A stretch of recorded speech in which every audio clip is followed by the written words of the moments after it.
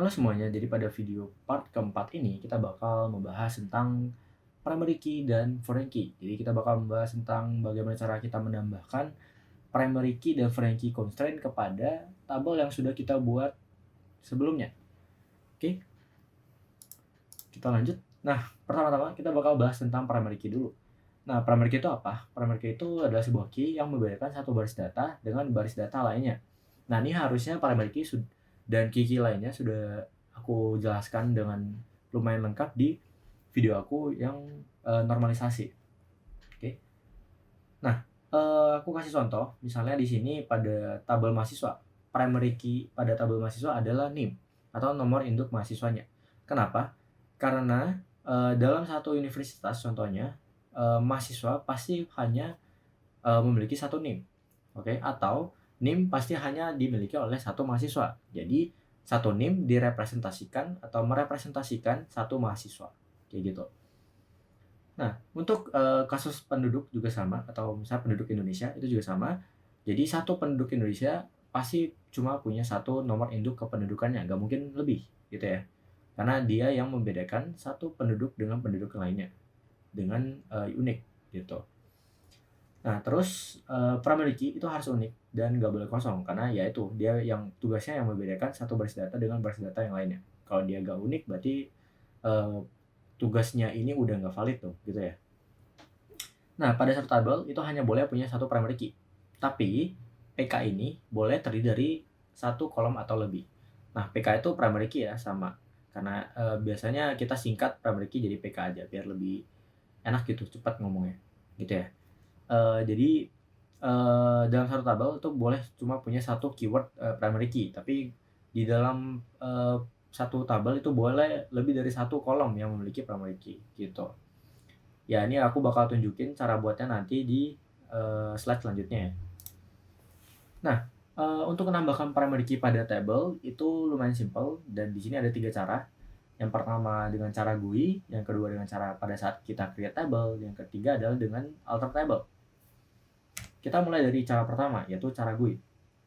Nah, di cara GUI kita tinggal ke design, oke, seperti yang tadi kita alter table, cara GUI di alter table, kita tinggal klik kanan tabelnya, design, terus kita pilih aja kolom yang mau kita set primary key. Tinggal klik kanan, terus set primary key aja, kayak gitu ya. Itu untuk cara GUI. Nah, sekarang kita coba contohin. Misalnya di sini aku ada table school ya. Aku refresh lagi tabelnya biar aman. Di sini ada table school, kita klik kanan, kita ke design. Klik kanan, kita ke design, baru kita lihat di sini ada beberapa itu ya. Ada beberapa kolom, di sini ada ID sama name. Nah, sekarang kita mau ubah si kolom ID ini menjadi primary key. Caranya gimana? Tinggal klik kanan aja di kolom ini, kita set primary key. Nah, harusnya udah berubah ya. Dia udah berubah, ada kuncinya gitu. Dan di sini udah berubah jadi ada bintang. Berarti data ini sudah dimodified atau udah diubah gitu ya. Nah, tinggal kita save pakai Ctrl S. Oke, ini kita yes saja. Kayak gitu. Nah, otomatis kalau kita refresh tablesnya, kita ke bagian columns. Kalian lihat di sini ID-nya sudah PK. Kayak gitu. Kira-kira kayak gitu untuk cara membuat primary key dengan cara GUI gitu ya. Nah, selanjutnya dengan cara pada saat create table. Nah, caranya gimana? Di sini aku bagi jadi 2, yaitu yang pertama kita mau buat dia hanya satu kolom yang memiliki primary key. Oke, sama satu lagi ada lebih dari satu kolom yang punya primary key. Oke. Nah, cara pertama tinggal kita, kalau misalnya satu kolom hanya punya satu kolom yang memiliki primary key, kita tinggal tambahin aja sintaks atau keyword primary key setelah kolom tersebut. Oke, misalnya ID ini, ID yang mau kita jadiin primary key, ya tinggal kita tambahin keyword primary key di setelah kolom ID gitu, setelah tipe datanya gitu ya. Kita coba aja langsung. Misalnya tadi ada di atas ya, query create table, coba aku pindahin ke bawah dulu. Ini create table student ya. Dan di sini bisa dilihat di IRD-nya student itu yang primary key adalah si ID. Nah, berarti kita tinggal tambahin aja primary key di sini. Nah, jadi kita kayak kasih tahu bahwa ID dengan tipe data integer ini adalah sebuah primary key. Sesimpel itu. Kalau untuk primary key dengan satu kolom doang. Kalau kita execute, kita refresh di bagian tablesnya, sudah ada student dengan kolomnya adalah ID sebagai PK, gitu ya. Nah, kalau ada lebih dari satu kolom yang memiliki primary key gimana? Itu bakal beda lagi sintaksnya, yaitu dengan cara kayak gini. Oke, kita pakai primary key, buka kurung, terus nama kolomnya. Nama kolom yang ingin kita kasih primary key. Oke. Nah, misalnya ini aku coba drop dulu ya. Drop dulu tabelnya. Cara drop table.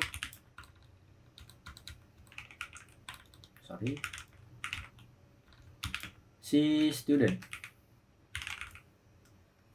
Kita execute. Oke, kayak gini harusnya dia udah hilang. Oke, mantap. Nah, sekarang kita coba create table, tapi aku mau ID sama name-nya itu adalah primary key. Jadi bukan cuma satu kolom doang sebagai primary key. Aku maunya kolom ID sama kolom name sekaligus dua-duanya menjadi primary key. Caranya adalah kita copy primary key di bawah kayak gini. Terus kita kasih tahu si ID sama si name itu adalah primary key. Kayak gini. Nah, kalau udah kayak gini, kalau kita create table-nya, nah ini harusnya udah sukses. Dan kalau kita refresh tables, dan di sini harusnya udah ada ID dan name-nya adalah primary key. Itu untuk cara membuat multiple primary key di SQL Server. Nah, selanjutnya dengan alter table. Alter table. Nah, caranya atau sintaksnya adalah alter table dulu, baru nama tabelnya, kita tambahin constraint baru, add constraint, kita ketik add constraint, terus nama constraint-nya, baru kita tambahin primary key, dan nama kolom-kolom yang ingin kita jadiin primary key. Nah, kita langsung cobain aja. Misalnya di sini kita drop dulu ya. Kita balikin lagi biar dia nggak ada primary key sama sekali. Gini ya. Kita create lagi student-nya. Kita refresh di tables. Dan kalau kalian lihat di sini kolomnya ID sama name-nya itu masih kolom biasa, nggak ada primary key. Nah, jadi cara untuk buat primary key kita bisa pakai alter table. Misalnya alter table si student. Nah, setelah itu kita add constraint. Dan di sini kita kasih nama constraint-nya. Biasa kita kasih pk underscore student. Gitu ya. Ini nama constraint-nya bebas kalian mau kasih apa aja. Tapi kalau untuk pk biasanya dikasih pk terus nama table-nya gitu ya. Nah, setelah itu kita kasih primary key. Kita kasih constraint primary key. Tinggal kita kasih tahu aja kolom-kolom apa aja yang mau kita jadi primary key. Misalnya ID. Nah, kayak gini. Kita coba alter table. Dan ini harusnya error. Kenapa? Karena bisa dilihat di sini, kita bisa baca bahwa kita tidak bisa tambahin constraint primary key kepada kolom yang bisa null. Oke, karena di sini pada saat kita create table, itu kita nggak kasih constraint not null ya. Kita nggak kasih bahwa dia boleh null atau enggak, atau boleh kosong atau enggak. Dan kalau kalian lihat di sini juga aku ada kasih notes, kalau ingin tambahin PK dengan alter table, maka pada saat create table, kolom yang ingin kita jadi PK itu harus not null terlebih dahulu, gitu ya. Karena pada saat kita kasih primary key kan, primary key itu nggak boleh kosong. Jadi dia ada validasi gitu. Jadi SQL Server ada validasi biar nggak terjadi kesalahan. Mana tahu kalian pas insert data di kolom yang ingin kita jadiin primary key, ternyata ada yang kosong karena nggak ada constraint not null, ya nanti primary key-nya bakal error. Jadinya dia SQL Server nggak mau. Dia ada error kayak gini. Nah, untuk itu cara fix-nya adalah kita kasih not null pada saat kita create table. Kayak gini. Jadi kita drop dulu tabelnya, kita balikin lagi ya. Kita drop dulu, kita hapus table student, kita buat lagi student yang baru, di mana sekarang dia sudah not null ID-nya, gitu ya. Karena dia udah not null, baru sekarang kita bisa alter table, tambahin constraint si primary key. Dan ini sudah sukses. Kalau kita refresh untuk itunya, studentnya, sekarang kolomnya harusnya udah PK untuk yang ID, gitu. Itu cara untuk nambahin primary key melalui alter table. Sekarang kita lanjut ke foreign key. Foreign key itu apa? Foreign key itu adalah sebuah key yang menunjuk ke primary key di tabel lain. Oke, harusnya ini juga sama. Aku udah jelasin lumayan lengkap di video normalisasi ya. Terus foreign key itu juga menjaga data kita agar tidak merusak hubungan antar tabel. Jadi maksudnya ini tidak merusak hubungan antar tabel adalah kalau misalnya, ini aku contohin, misalnya di tabel student, kita coba edit ya, kita edit top 200. Misalnya di sini tabel student, kita kasih aja kita insert datanya, ID, terus name-nya Andrew, DOB-nya misalnya 2020 22 gitu ya. School ID misalnya 20. Oke. Ini berhasil ya, kalau nggak ada merah kayak gini berarti dia udah berhasil insert datanya ke dalam tabel. Nah, kita sama juga, kita insert juga edit top 200 row, kita edit yang school, misalnya Tomo gitu ya. Nah, kalau kayak gini, hubungan antara hubungan antar tabel ini sekilas kita lihat sih nggak apa-apa ya. Tapi kalau kita lihat lebih dalam di sini, si Andrew, si student dengan nama Andrew punya school ID 20. Punya school ID 20, padahal di tabel school nggak ada ID yang 20. Ngerti nggak? Jadi secara tidak langsung ini datanya aneh. Datanya nggak make sense. Kita ada data 20, tapi di sini ternyata di school kita nggak ada yang 20. Gitu ya. Jadi itu yang membuat data kita jadi hubungannya rusak gitu. Hubungan antar tabelnya jadi rusak karena datanya di sini nggak ada validasi sama sekali. Tapi dengan adanya foreign key, kalau kita masukin yang nggak ada di tabel school di sini, nah dia bakal error gitu. Jadi dia juga ikut menjaga agar hubungan antar tabel jadi lebih make sense gitu ya. Itu kira-kira salah satu tujuan kita buat foreign key ya. Jadi kalau misalnya kayak gini kita ubah jadi satu, baru dia bisa kalau di foreign key. Ini juga baru lebih make sense ya. Dimana si Andrew ini berarti adalah schoolnya atau sekolahnya adalah nomor 1 gitu. Nah, kalau udah, sekarang kita coba lanjut. Nah, untuk tambahin foreign key pada table itu ada 3 cara juga. Cara pertama yaitu dengan graphic user interface atau GUI. Sama cara kedua pakai create table, dan cara ketiga adalah dengan alter table. Nah, kita coba lihat cara yang pertama yaitu dengan cara GUI. Nah, cara GUI di sini sama. Kita ke design aja, kita ke design. Misalnya student, kita ke design. Nah, si school ID ini kan yang bakal kita buat jadi foreign key ya. Kalau kita lihat dari ERD sebelumnya. Nah, ini school ID ini yang foreign key ke PK di tabel school gitu, yaitu si ID gitu ya. Nah, otomatis ya berarti school ID ini yang mau kita kasih FK atau foreign key. Caranya tinggal klik kanan, terus relationship. Relationship, tinggal kita add aja relationship-nya. Terus ke tables and columns specification, kita klik 3 titik ini. Nah, tinggal kita kasih aja nih table primary key-nya siapa, foreign key table-nya siapa gitu. Karena foreign key-nya itu si student ya, si school ID kolomnya, berarti kan dia bakal nunjuk ke PK di tabel lain, yaitu tabel lainnya adalah si school dengan kolomnya adalah ID gitu ya. Berarti PK-nya itu adalah si school dengan ID. Nah, untuk foreign key-nya ya pastinya student dia sendiri, tapi kolomnya adalah si school ID ya sebagai FK gitu ya. Nah, itu untuk cara buat FK di GUI. Nah, ini aku balikin aja biar kita bisa pakai query aja ya. Kita balik ke SQL-nya lagi. Nah, itu tadi untuk cara GUI.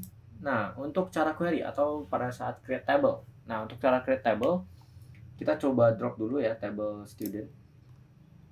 Kita buat table baru. Oke, sekarang udah hilang tabelnya. Nah, untuk pada saat create table caranya gimana? Ini sintaksnya ya.